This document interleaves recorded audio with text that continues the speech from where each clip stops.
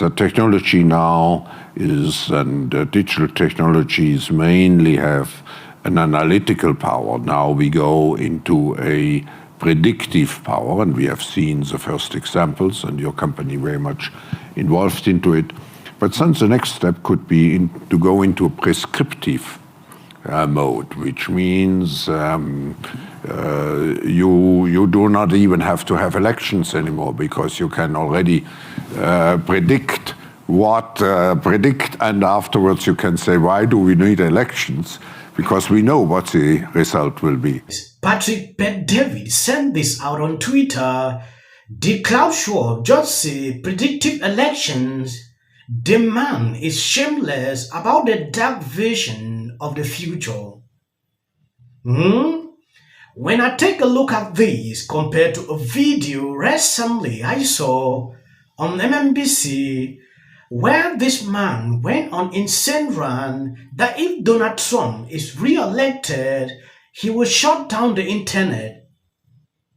It is insane. I don't know if you have seen this. I have a couple of videos I'm going to play. Liz Cheney's been talking about that I am also obsessed with is kind of what damage he could do within government without even necessarily breaking the law, like how he could use the levers of government to bend to his will.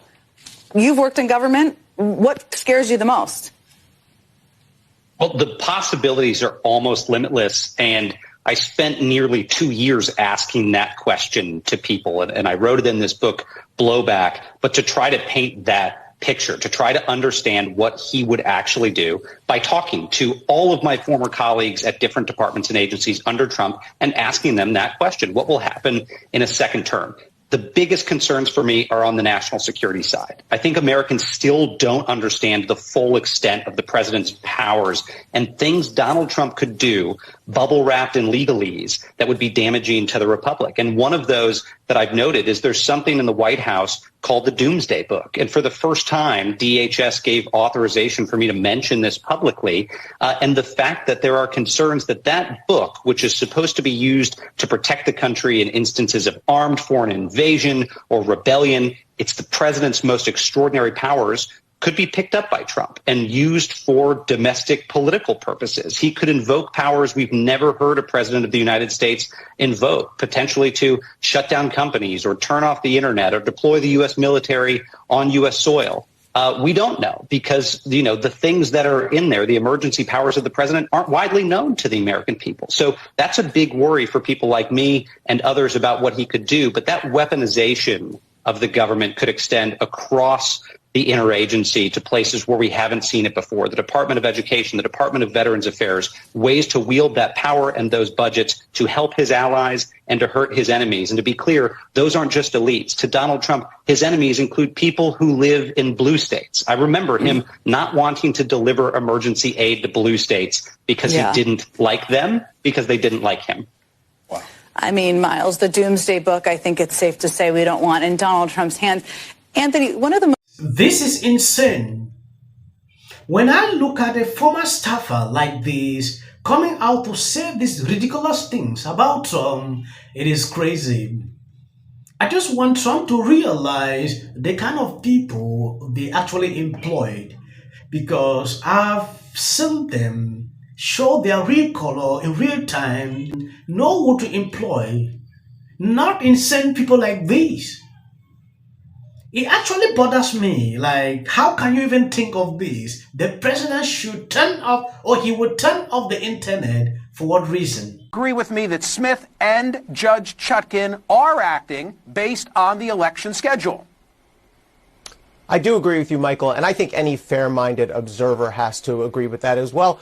Just look at Jack Smith's conduct in this case. The motivating principle behind every procedural request he's made has been speed, has been getting this trial in before the election. Let's take a couple examples. The trial date. The average federal conspiracy and fraud trial takes about 1.5 to 2 years between indictment and trial. In this case, we have dozens, hundreds of January 6 rioters caught on video, straightforward cases. They too were given about 1.5 to 2 years between indictment and trial. Jack Smith originally requested a trial date for Donald Trump, a far more complex case, 5 months out. He wanted a January trial. It was set for 2 months later. So Donald Trump is being given far less time to prepare than other defendants. And the actions this week, Jack Smith won an argument on immunity in the district court and then went right to the Supreme Court. I think a right move. I think the smart move. The only reason you ask the Supreme Court to do that on an expedited basis is if you're racing against the clock. And Jack Smith clearly is doing that here.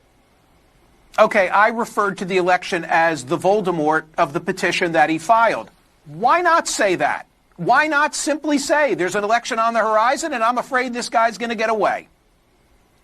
You will never hear either Jack Smith or Judge Chutkan utter the E word, election. They will not specifically say it. Instead, they use this sort of euphemistic language about the need for resolution, that kind of thing. Here's why I think Jack Smith is not willing to do it. 2 reasons. First of all, DOJ rules, unwritten and written, both say you are not supposed to do anything that could impact an election. In fact, you are supposed to affirmatively try not to take steps that might impact an election.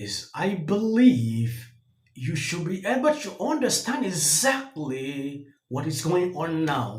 This is CNN just admitting, actually exposing these people on this short clip. They are doing this to prevent Trump. That is all they are doing. If people cannot see this by now, then I don't know. He thinks if Trump is convicted before the elections, it will be difficult for him to campaign, he'll be behind bars, things like that. And he will not win. They are actually afraid, like if Trump is re-elected, they are in problems. Reason, you can see what is going on, but it's just insane. This will not stop. Donald Trump may turn off the internet if elected former staffer says Donald Trump may turn off the internet if elected to a second term in the White House. A former staffer has won. Miles Taylor, Trump former chief of staff at the Department of Homeland Security, was asked on MSNBC about what potential damage the former president, who is a frontrunner in the Gulf primaries, could do in government without breaking the law. The possibilities are almost limitless. Taylor said, the biggest concerns for me are on the national security side. I think America still don't understand the full extent of the president's powers and things Donald Trump could do. Bubble wrap in legal less that would be damaging to a republic. He could invoke powers we have never heard.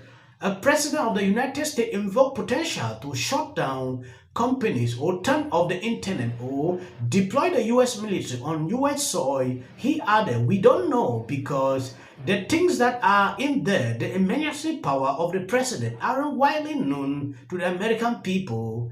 That is a big worry for people like me and others who worry about what he could do, but that weaponization of the government could extend across